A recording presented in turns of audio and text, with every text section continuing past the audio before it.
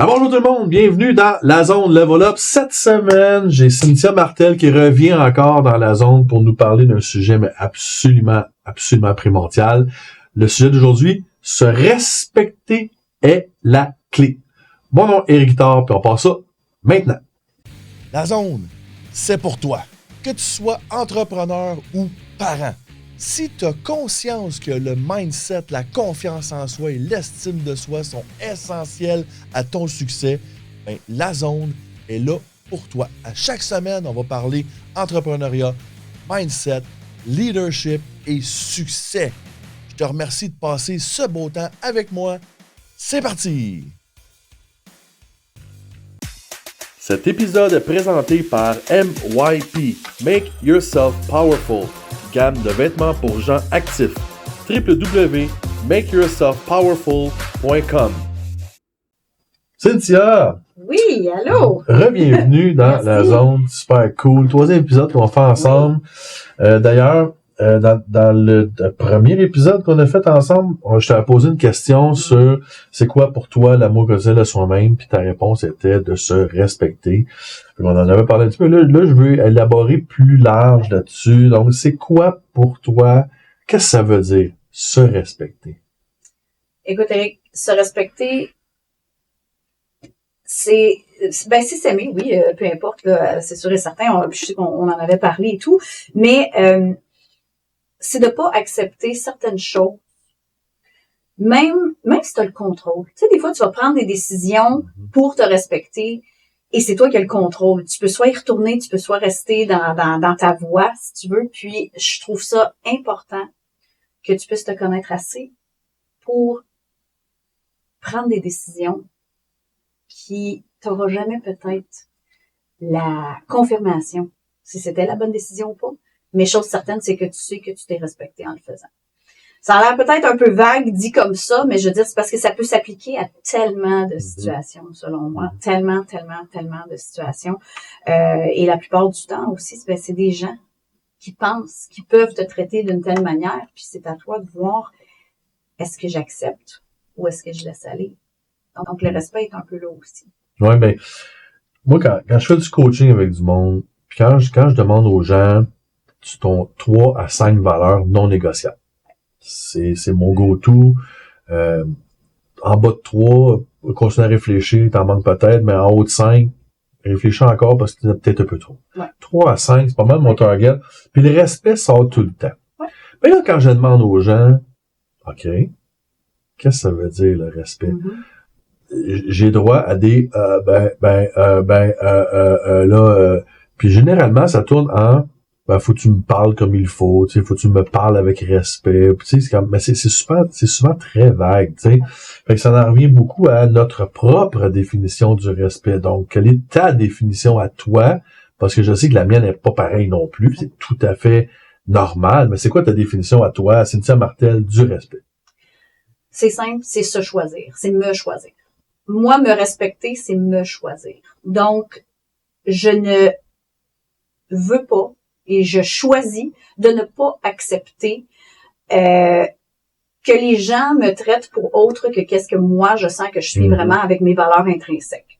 Moi, j'ai 3 valeurs. C'est super simple. Je me suis fait élever à l'italienne. Okay? Bon, j'ai un 50% d'italien en moi. Ça paraît-tu? Puis, moi, personnellement, c'est loyauté, honnêteté, respect. Ok, ça, c'est les 3 choses qui sont mes non négociables, que j'appelle. Puis c'est vrai, quand tu dis, quand t'es rendu à en avoir 5 et plus, mais est-ce que tu les appliques vraiment? Tu sais, quand t'en as trop, à un moment donné, 100%, là, puis souvent, moi, j'en viens qu'à jumeler ensemble 2-3 idées que, là, oui, quand tu le regardes finalement sur certains angles, t'en jumelles ensemble, mais c'est drôle, puis tu parles d'agir en fonction ou de prendre des décisions en fonction de tes besoins à toi, de tes valeurs à toi, mais ça va, si tu spins ça dans l'autre sens, quand le respect qu'on demande aux autres, c'est respecte mon choix, parce que mon choix est par rapport à mes valeurs, pas par rapport aux tiens. Puis ça manque dans notre société, parce que les gens ont beaucoup tendance à vouloir que tu fasses des choix pour eux. Puis t'agisses en fonction de ce que eux s'attendent à ce que t'agisses. Puis quand tu fais pas ce que eux autres pensaient que tu devrais faire, ben là, t'es normalement niaiseux. Tu sais, carrément, tu sais. Puis sinon, on parle de se respecter, c'est la clé. Es-tu d'accord avec moi que pour être capable de se respecter, il faut d'abord avant tout vraiment se connaître? Absolument. Puis toi, de ces choses, qu'est-ce que t'as fait? Tu m'as donné des 3 valeurs. T'as dit respect, loyauté, honnêteté. T'en es venu comment à cette liste-là? Ben écoute, ça, c'est des choses aussi que depuis que je suis jeune. Bon, tu sais, la loyauté, je pense que les Italiens, sans en dire tu sais, plus, c'est quelque chose qui est vraiment super important pour nous, entre nous, familial, peu importe, entre amis, c'est super, super important. Puis, tu sais, je fais une parenthèse là-dessus, c'est que, drôlement, les 3 valeurs que j'ai, c'est mes non négociables parce que je les demande, mais c'est parce que je suis capable de les donner. Ah oui, ça va dans les deux Exactement. sens. Ça va dans les deux sens.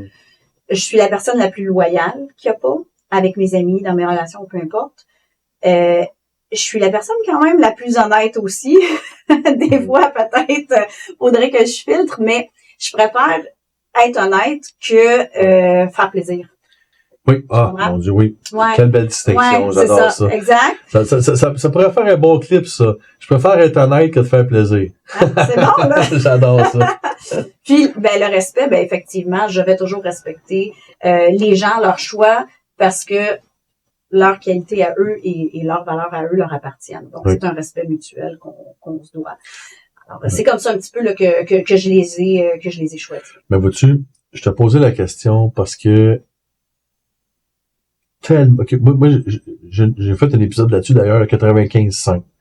95% du monde vivent dans le passé, dans le regret, dans les vieilles histoires, dans la victimisation, tout ça, t'as 5% des gens seulement qui vivent des projets dans l'avenir, dans l'optimisme, pour moi, il y a juste 5% des gens qui prennent le temps de s'asseoir, puis de réfléchir et d'écrire c'est quoi mes valeurs non négociables. C'est pour ça que je te posais la question sur, tu sais, oui, c'est sûr que ça vient de notre enfance beaucoup, ça vient de notre expérience, ainsi de suite, mais c'est sûr que tu as pris des moments dans ta vie, OK, là, faut que je m'assoie, faut que j'écrive, faut que je m'assure de clarifier c'est quoi, clarifier, c'est pour ça que je te posais cette question-là. Faut que les gens fassent ça d'abord avant tout, là. Oui, je suis d'accord, puis c'est drôle parce que tu m'amènes à réfléchir à quelque chose, mais si 95% des gens ont des regrets, ces regrets-là sont sûrement le résultat de ne pas avoir respecté une de leurs valeurs. Parce que sinon, tu te regrettes pas. Si tu te respectes dans toutes tes valeurs, t'as pas de regrets. Fait que je pense que à quelque part, c'est parce qu'on les met pas de l'avant à 100% qu'on est capable de regarder dans le passé puis pas être satisfait. Tu as 100% raison. Moi, j'irais une coche plus loin que ça. Je pense que nos valeurs sont carrément intrinsèques dès la naissance, c'est-à-dire notre âme a besoin de ça. Puis quand tu as des regrets, souvent, c'est juste que tu n'en es même pas conscient. Il y a quelque chose dans toi qui accroche, tu te demandes pourquoi ça accroche, mais tu t'es juste pas pris le temps de réfléchir sur, OK, vraiment, parce que quand tu regardes ça, finalement, tout le monde, même si je te dirais, moi, exemple, je te dirais même à faire respect, mais j'aurais une interprétation différente, parce que pour moi, c'est différent. Puis moi, avec les années, même, parce que ça change, ça évolue, ça avec les années, moi, j'en ai même, dans le fond, j'ai rajouté dans mes valeurs non négociables l'authenticité, qui me permet justement de vivre dans la... Tu vois, pour moi, l'authenticité et le respect, c'est comme un peu la même chose, c'est-à-dire, je vais respecter qui je suis à 100% tout le temps, puis tout ça, mais pour ça, il faut apprendre à se connaître, et pour moi, c'est plus d'être authentique, puis l'amour que ça de soi-même, avec, le respect, et rentre là-dedans avec. Fait que moi, pour moi, la notion de respect est comme imbriquée dans 2 autres valeurs, si tu veux, que j'utilise. Elle est imbriquée dans plein de valeurs, selon moi. C'est la base de beaucoup de choses. Tu sais, de la loyauté, exemple, si tu y penses, si t'es loyal envers quelqu'un, c'est parce que tu la respectes. Tu sais, je veux dire, fait que je pense que... L'honnêteté est la même chose. Oui, exact. Par respect pour tes gens, tu vas être honnête avec ce que t'as, même si ça fait mal. Exact. C'est pour ça que le respect est la clé. Oui, c'est ça. Finalement. On a quand même choisi notre sujet, on savait pas où ça irait par là, finalement, c'est comme tabarouette, le respect est comme quasiment dans tout. toutes les valeurs que tu peux apporter dans tout ce que tu fais, tant pour toi-même que pour les autres, puis les autres envers soi-même, envers nous. Puis ça fait mal quand tu vois quelqu'un qui agit sans se respecter. Hein? Ouais. Tu dis, my God, ils connaissent pas leurs propres valeurs. Donc, ils acceptent des choses qui sont à l'encontre de ce qui pourrait être, vraiment. D'où c'est pas ce qu'ils s'aiment pas. C'est souvent la cause, effectivement. Oui, ça ramène tellement à ça. Fait que pour moi, l'amour que c'est, d'ailleurs, toute ta réponse était se respecter, parce que justement, c'est comme deux côtés de la même médaille, finalement, c'est vraiment... Fait que, si t'avais à conseiller à quelqu'un, on va dire quelqu'un de vraiment proche, un meilleur ami, ou une sœur, ou un frère, ou quelqu'un dans ta famille, puis tu le vois aller, puis tu vois qu'il se respecte pas tellement, ou qu'il est dans une relation peut-être qu'il se respecte pas, si t'avais un petit mot à dire pour essayer de le shaker, de le réveiller, dire « Hey, ça marche pas, là. » Qu'est-ce que tu dirais à cette personne-là?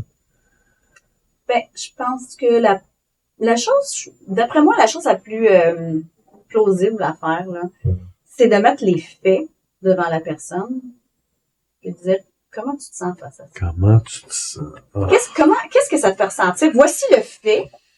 Il peut en avoir plusieurs, évidemment, mais voici un. On va les lister. Voici un. Comment tu te sens face à ça? Puis c'est d'amener la personne à faire une introspection, puis à une réflexion, peut-être guidée, évidemment, mais il faut qu'il y ait une réflexion interne. Comment tu te sens? C'est tellement vrai. C'est tellement ça. C'est tellement ça. Puis moi, je vais aller une coche plus loin. Puis ça, c'est mon chum Yann Lajoie, d'ailleurs, qui m'a mis sur ce fait-là. Comment tu te sens? Puis là, ben, ça enlève une première couche. La personne va commencer à s'ouvrir tranquillement. Puis après ça, c'est comment tu te sens vraiment? Oh, là, on rentre plus profond. Yann, il disait dans comment ça va vraiment. Ouais. Mais je pense que ça s'applique bien à cette idée-là parce que on y va avec bienveillance, on y va par amour, parce que ces gens-là, on les aime, puis on les voit se détruire, souvent, littéralement. Fait que de juste, comment tu te sens?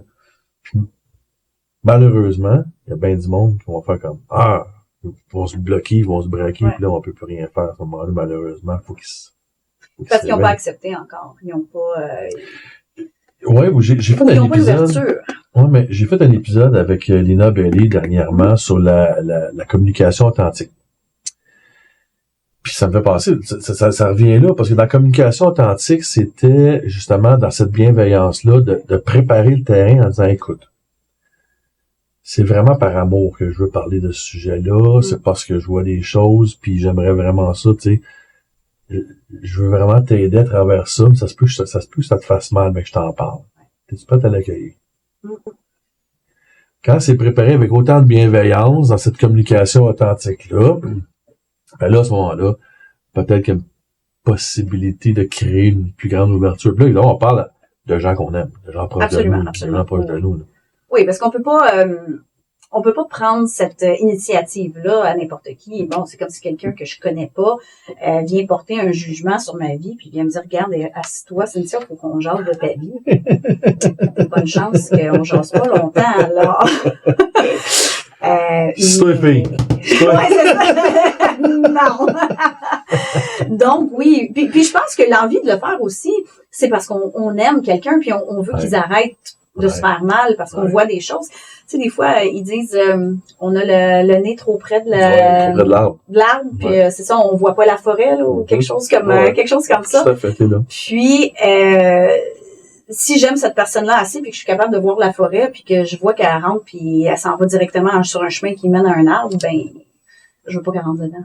C'est sûr et certain que je vais faire ce que je peux.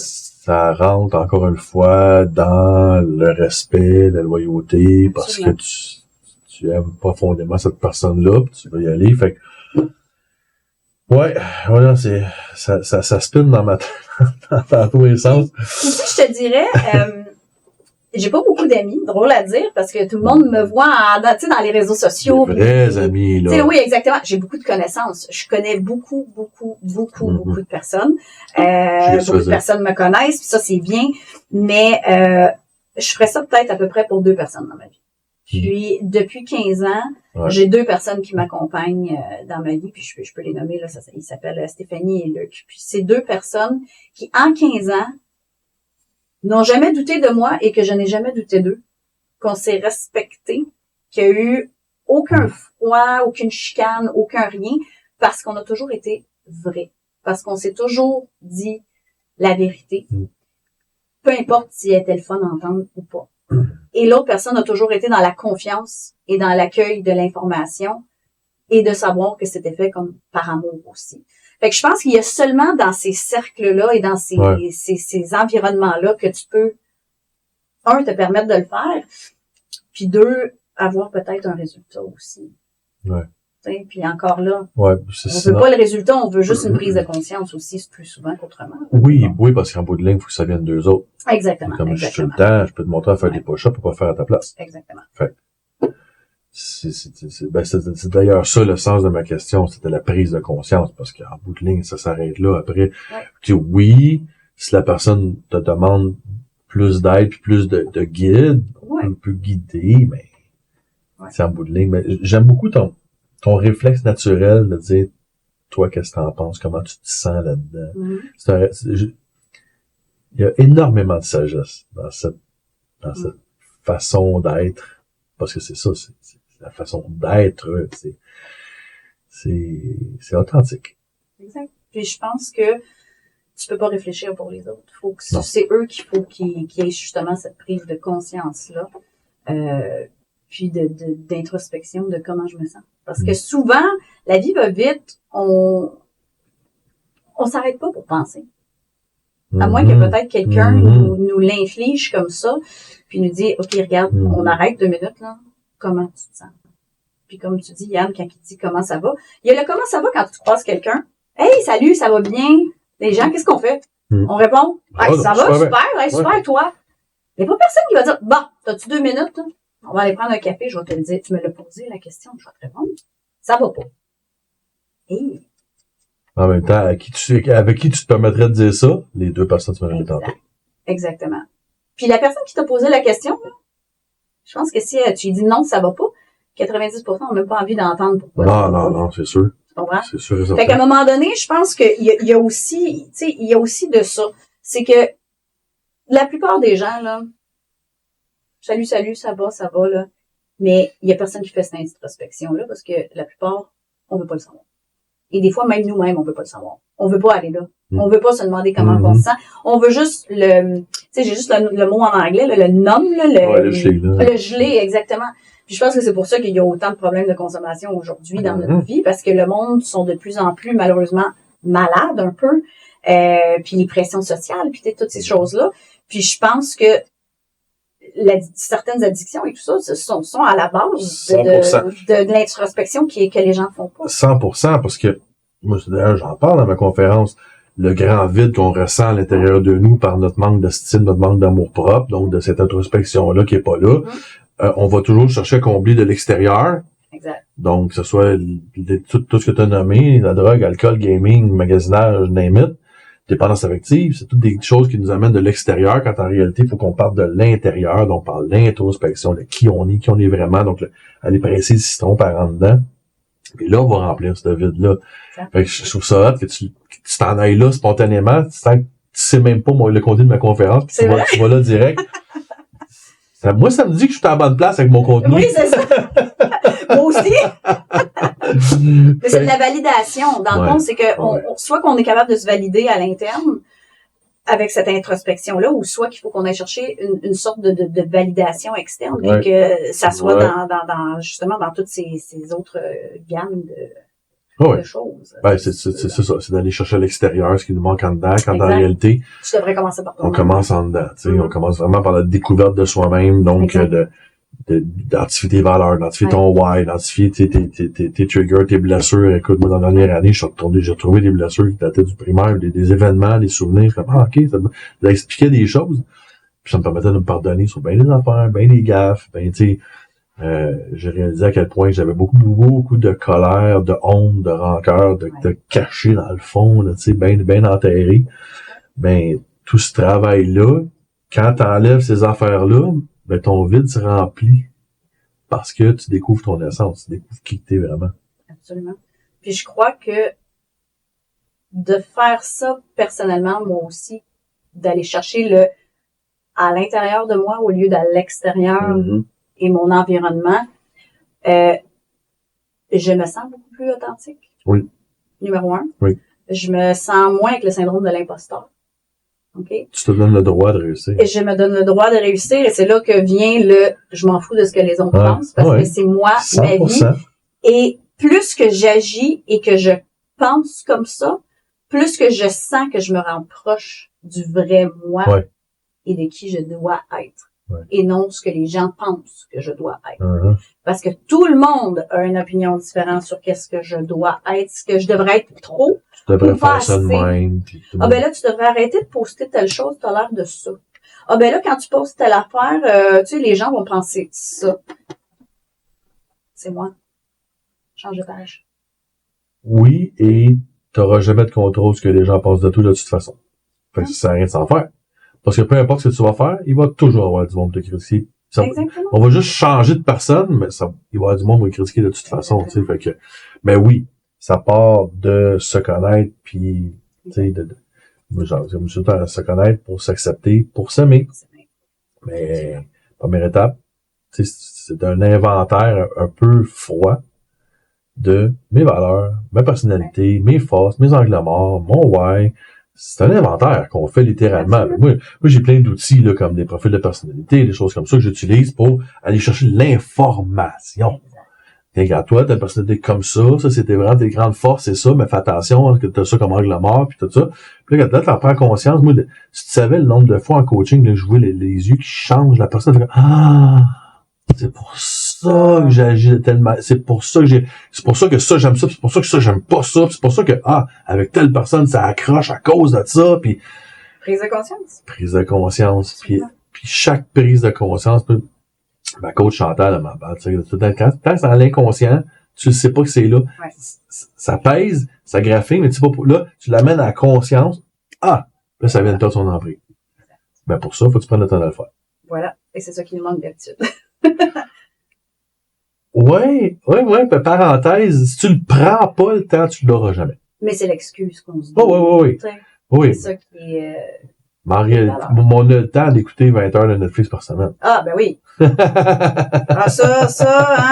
on se le trouve, on se le donne, on se le permet. Ouais, je le mérite. J'ai travaillé fort aujourd'hui, mais peut-être prendre une demi-heure. Moi, je dis au monde, là, dans mon coaching, c'est une demi-heure, 4 fois par semaine.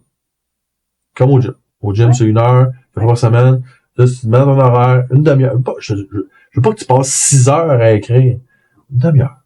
Une réflexion, bang, ferme ça. Mais écoute, le document de travail que je fournis à mes élèves, il y a 10 pages de réflexion. Il y a 10 pages de sujets de réflexion. Et quand tu passes à travers ça, il y a des sujets qui passent vite parce que ça n'a pas beaucoup d'impact sur ta vie, mais d'autres sujets, tu peux écrire 2, 3, 4 pages là-dessus, facile, là, tu sais. Je parle trop de l'impact du poids, ta perception de ton poids, des choses comme ça, tu sais, comment tu te perçois physiquement, il y a 1000 affaires là-dedans. C'est toutes des réflexions sur t'es qui? Oui, ça nous amène plus loin. 100%. Écœurant, Cynthia. J'adore. C'était notre 3e épisode ensemble. On reprendra ça à un moment donné, c'est sûr. Absolument, avec plaisir. On a assurément plein d'autres sujets qu'on est capable de traiter. C'est super cool, j'adore ça. Merci infiniment. Merci infiniment. Comme d'habitude, gang, s'il y a quoi que ce soit dans l'épisode d'aujourd'hui qui t'a aimé, qui t'a allumé, transfère-le à une personne que t'aimes. Va mettre les likes, les thumbs up, peu importe le système de ranking de la plateforme que tu utilises. Abonne-toi à la chaîne YouTube. Mon nom est Éric Guitard, puis on se revoit la semaine prochaine. Salut! Si le contenu de ce podcast t'a interpellé, si le contenu t'a intéressé ou si tu crois que le contenu pourrait intéresser ou interpeller quelqu'un que tu aimes, s'il vous plaît, partage ce podcast. Va indiquer les thumbs up, les étoiles ou peu importe le système de ranking de la plateforme que tu utilises. C'est comme ça que tu peux m'aider. Merci beaucoup d'avoir passé ce temps avec moi et passe une super de belle semaine.